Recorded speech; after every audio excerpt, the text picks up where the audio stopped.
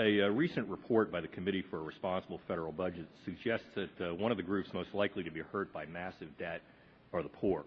That's because, as the report puts it, quote, the poor and working poor already facing tough living conditions are particularly vulnerable to any deterioration in the economy, which will reduce limited employment and income opportunities.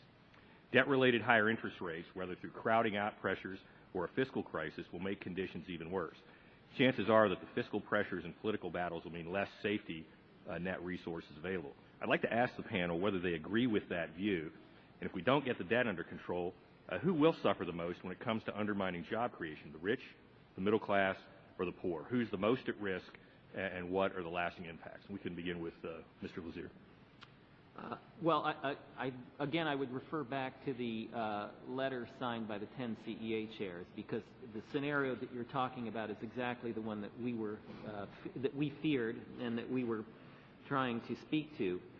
If we encounter another crisis of the sort that we have now, or one that's potentially worse, we do expect to see very high rates of unemployment, very low rates of GDP growth, and we know that when unemployment goes up, the groups that suffer the most are the ones who are most vulnerable. So certainly, to your question, I don't think there's any doubt that if you see high rates of unemployment, the people who can't easily carry through that period of tough times are the people with the least resources. So obviously my concern would be for those individuals.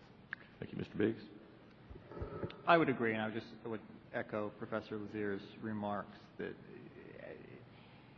in a weak economy, you're facing financial instability.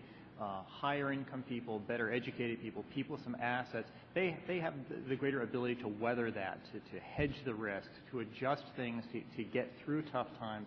People who don't have that ability are just in a much more difficult situation.